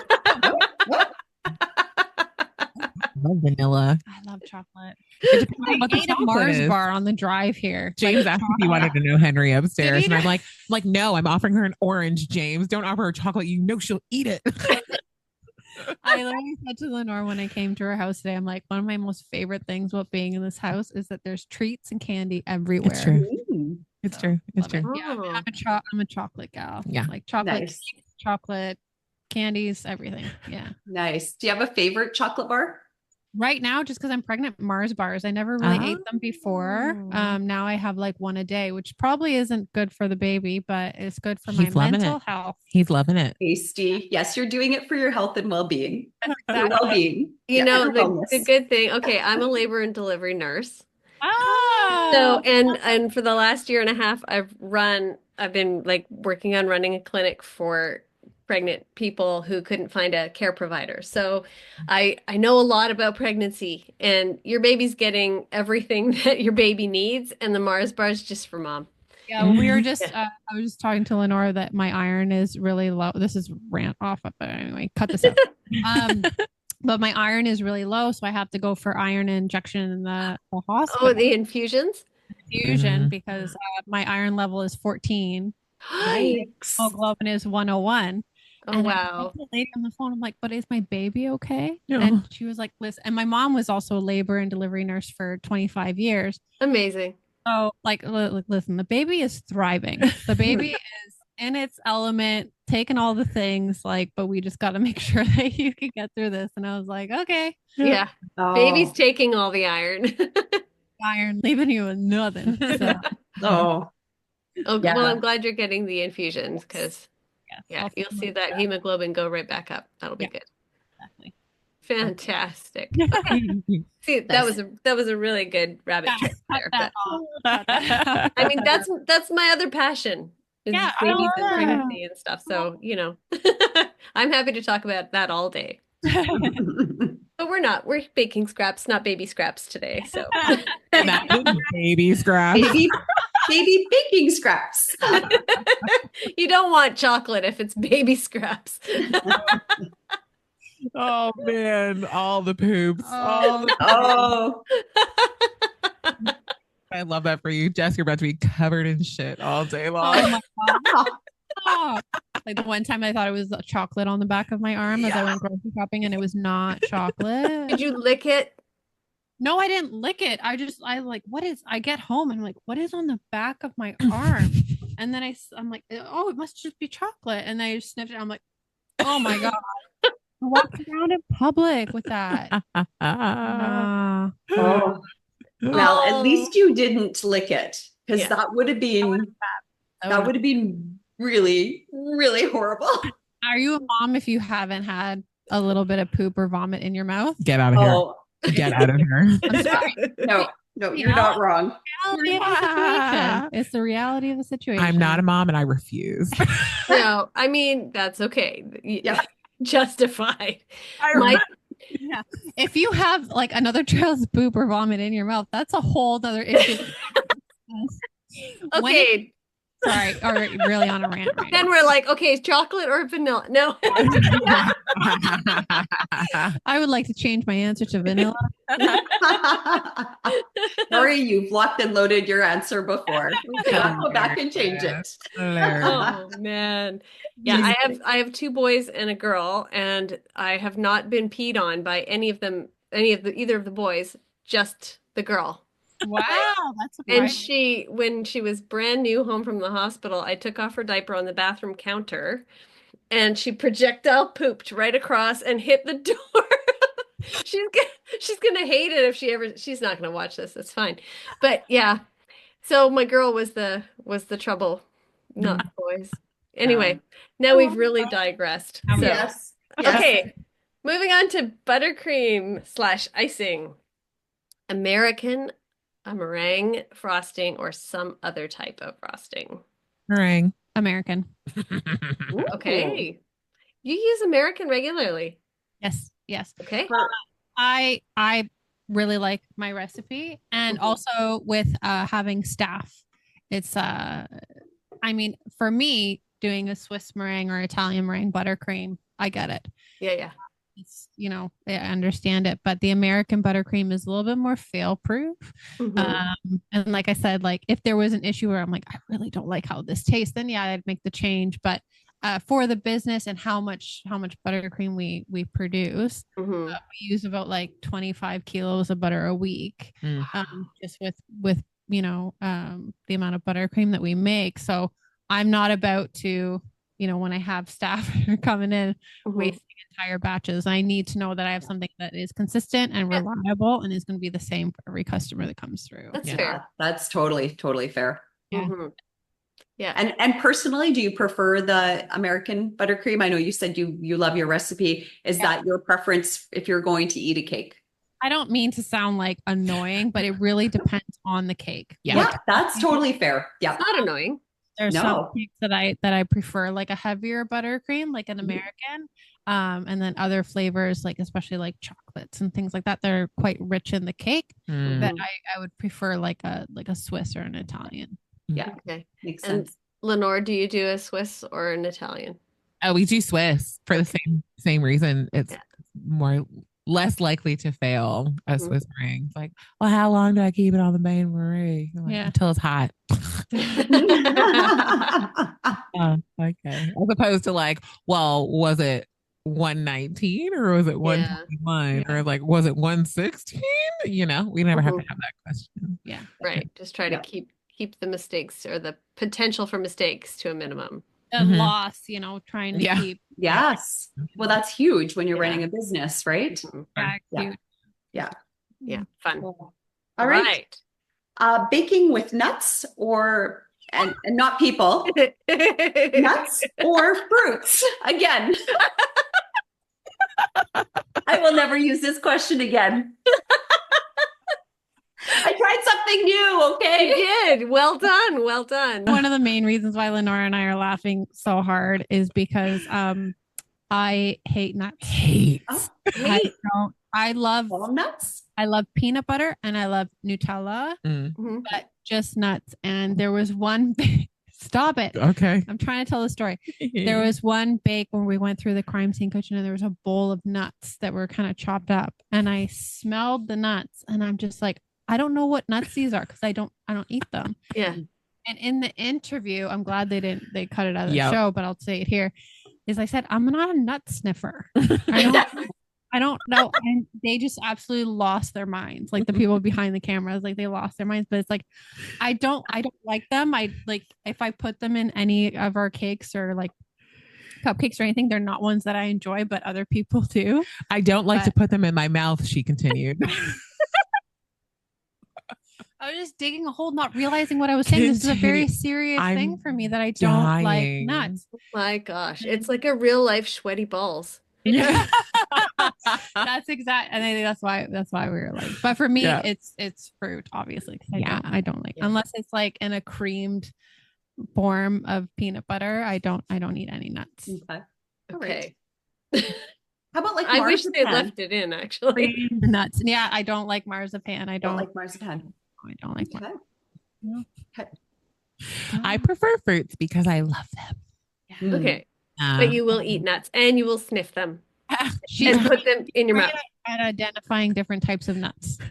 Okay. I'm great at identifying different types of foods. No, I have no problem with nuts. Yeah. Okay. All right. That was a great question. It was a great answer too. Okay. Maybe not that. Don't use that one again. We won't use that one again. Although you know what? This was hilarious. So yes, that's true. You don't lead with the nuts because I feel like lead with the nuts and maybe people won't lose their minds right away. Okay. All right. Okay. Baking alone or baking with a friend? Oh, baking with friend. Yeah, baking with friend. Caveat. Baking with Jessica? Yeah. Or somebody else who is equally talented. Probably hard to find. Yeah. Oh, yeah.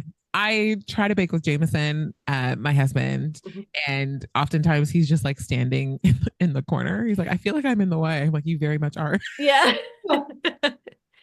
Okay. Yeah. That's all good. Jessica, you have to have the same answer. I'm sorry. I like to bake alone. I prefer baking alone. We've talked about this quite often. There are a couple of times where each of us will be in our own bakery and we'll be like, I'm alone today. Yeah. And we actually get excited about that. Because when you're baking alone, especially with a business, I don't have to worry about what anybody else is doing. I don't have to make sure that they're on task. Yep. I can just listen to my audiobooks and just, like work and get things done and be super efficient. Don't have somebody coming up. Jess, can you look at this? Can you look at that? I don't know what went wrong. I've made it 97 times, but this definitely. one time, something has gone wrong and I don't know how to fix it. But you can fix it, right? Can you stop whatever you're doing and come and fix this because I don't know what's gone wrong. Even though I don't know, that's literally it. So yeah, I would say baking alone. Like, and if that's not the case, then baking with somebody that I know, whoever I'm with, they've got their stuff and I think that's why, again, we worked so well in the kitchen because I didn't have to worry about what Lenore was doing and she didn't have to worry about what I was doing. Yeah. It was a pretty good partnership. That is awesome. Good choice. Cake or pies? Pie. Ooh, pie. Pie. Yelling pie. What kind of pie? Not a pecan pie for Jessica. No pecan pies. Like a lemon meringue pie, like anything like piled super high, that meringue. Lemon meringue, like a citrus pie, apple pie warmed up with a scoop of ice cream was my grandfather's favorite dessert, which I always made for him. It's so crazy because people are like, why aren't you saying cake? You make cake. I'm like, yeah, I have cake every day. Exactly. You know what Yeah. It's pie. And even like savory pies. Yeah. Oh. Absolutely. Apparently we're hungry. We're like, the pies. Nice. Yeah. I love pie. Yeah, pie for sure. Yeah. And what kind of pie for you, Lenore? Ooh, like any type of crumble pie. So like apple crumble, blueberry crumble, raspberry crumble, and kind of crumble. Yeah, I think they get it. I'm sensing a theme here. It's just so crunchy. I love crunchy. Nice. Love the crunchy. And that kind of crunch also is without nuts, Jessica. Yes, that's So right. you can like a crumble pie as well. I do love crumble pie. All right. And our last question, which is the most important and serious question. If you watch the Great Canadian Baking Show at all, you will know that this is the be-all, end-all that they ask. Butter tarts, raisins, or no raisins? No raisins. I like raisins. Yeah, they're disgusting. I like raisins. I like raisins in my butter tarts. Nice. Okay, I'm high-fiving you, Jessica. And I'm high-fiving you, Lenore. Yeah, appreciate that. It's so crazy how people get so outraged by it. Why do you want little dried nuggets? If it's made properly, the raisins should not be dry. They That's still right. feel like No, ramen. but they're like, ugh. Butter tart. They're just too, there's like, it's just, no, Yes. no. Yes. You know what I like in my butter tarts? Pecans. Oh my God. No, that would be gross. I'm not a nut.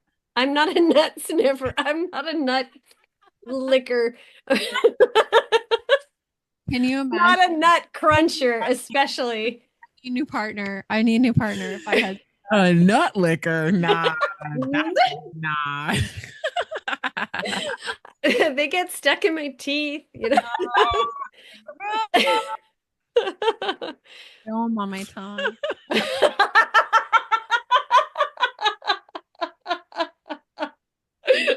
Oh, oh man, you know, we're not going to edit any of this.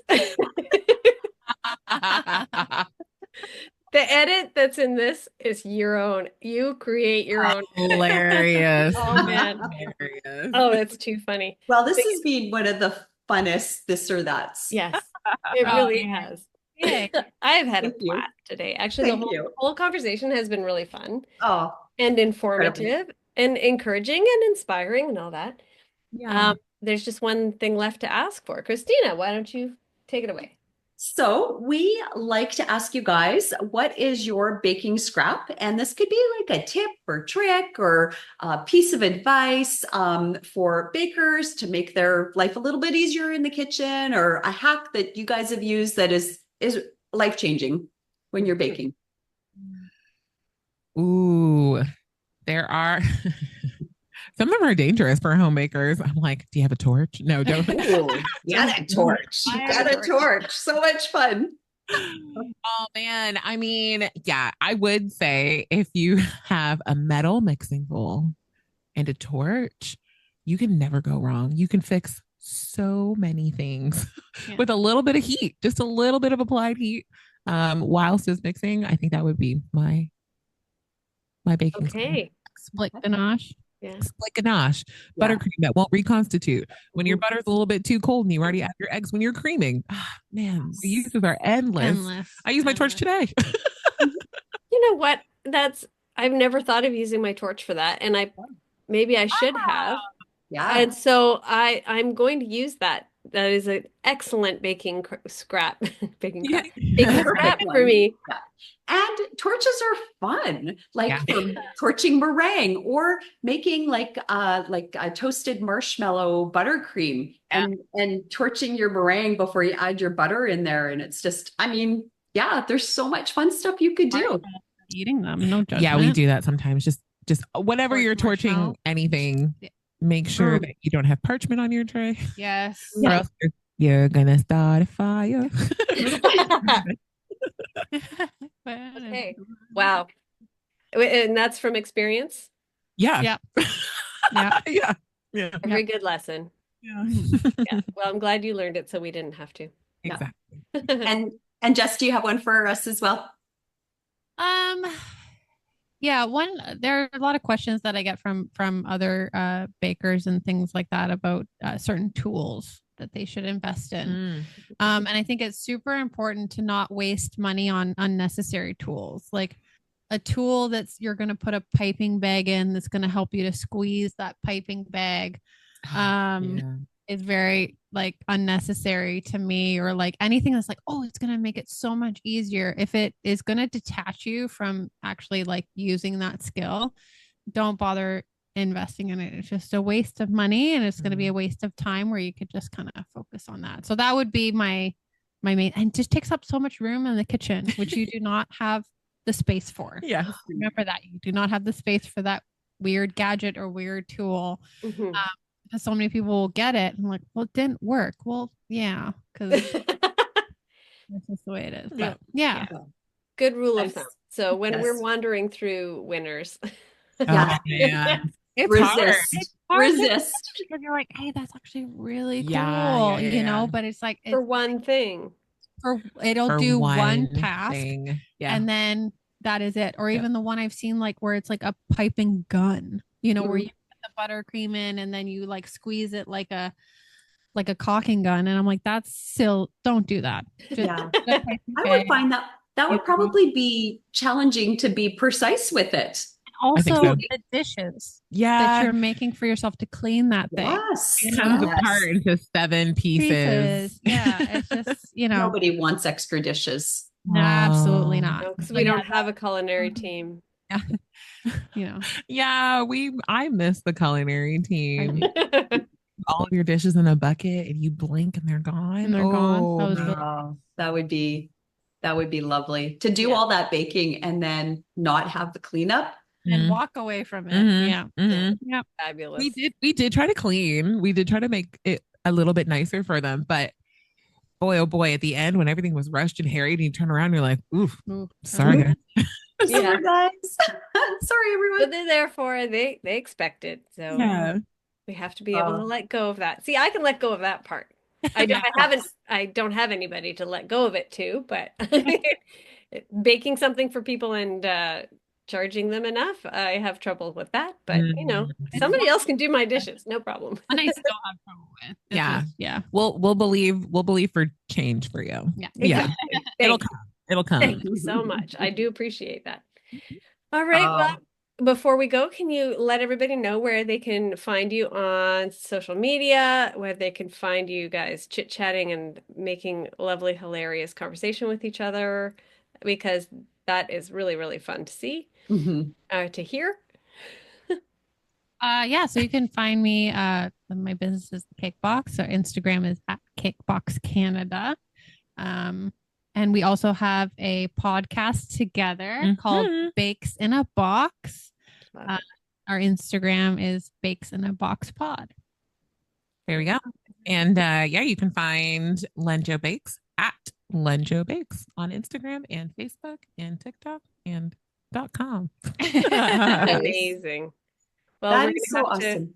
I'm looking forward to our cross country tour because there are just so many amazing people that we want to come and see and Mhm. taste your bakes and all that Mhm. and see your establishments. And I'm really hoping that we can make that a reality one of these I hope days. so too. One of these days. One of these days. Love to host you. We would Yeah. love to host you. Yeah. Down for that. Love Wonderful. Down that. for that.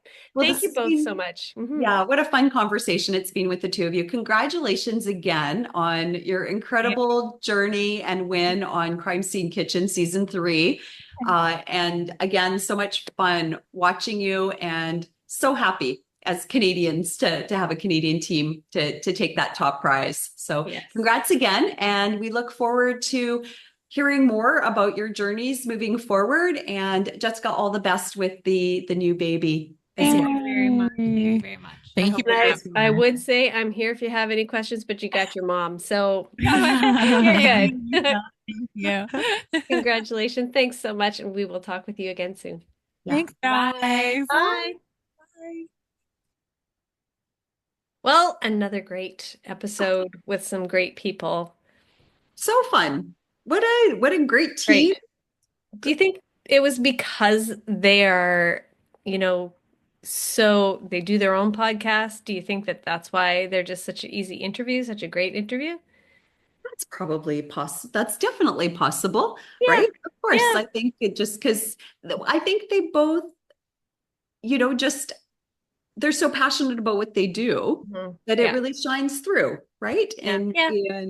And I think that, yeah, it was just yeah. So it was a fun conversation and lots to talk about. And I mean, we get that with all of these podcasts that we do, right? It's so easy to talk to other people that share the same passions we do and have had all these really cool experiences and taking us through them. Yeah. It's just, again, pinch It is. myself that we I get to know. have these conversations.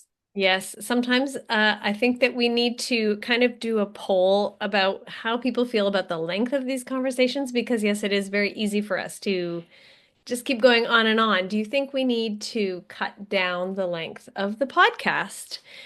Do you think you would be more likely to listen if we made them shorter, if we made it a little bit more bite-sized? Let us know. Give us some feedback because we really And want to hear that from you. For sure. And what parts do you guys enjoy the most? Do you like the conversations that we have? Do you like our this or that? Do you like our preamble and our postamble?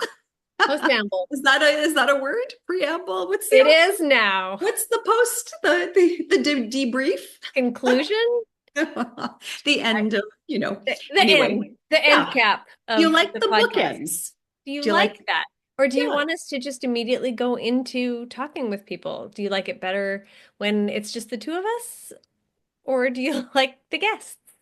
Do you want us to do more recipes? Do you want us to do some more kinds of instructional things? Let us know. Please give us some comments and tell us what you like and what you don't like, and what would make you more likely to share baking scraps with your friends. Exactly. Please. Yeah. And we hope you help enjoy us. Yeah, and help us build this blah blah blah, and help us build this community of amazing people that we get a chance to talk to and share. Yep. We're having so much fun with it, but we don't want to have so much fun that you're not having fun anymore. Exactly. That's exactly it, right? Right? Yeah. Okay.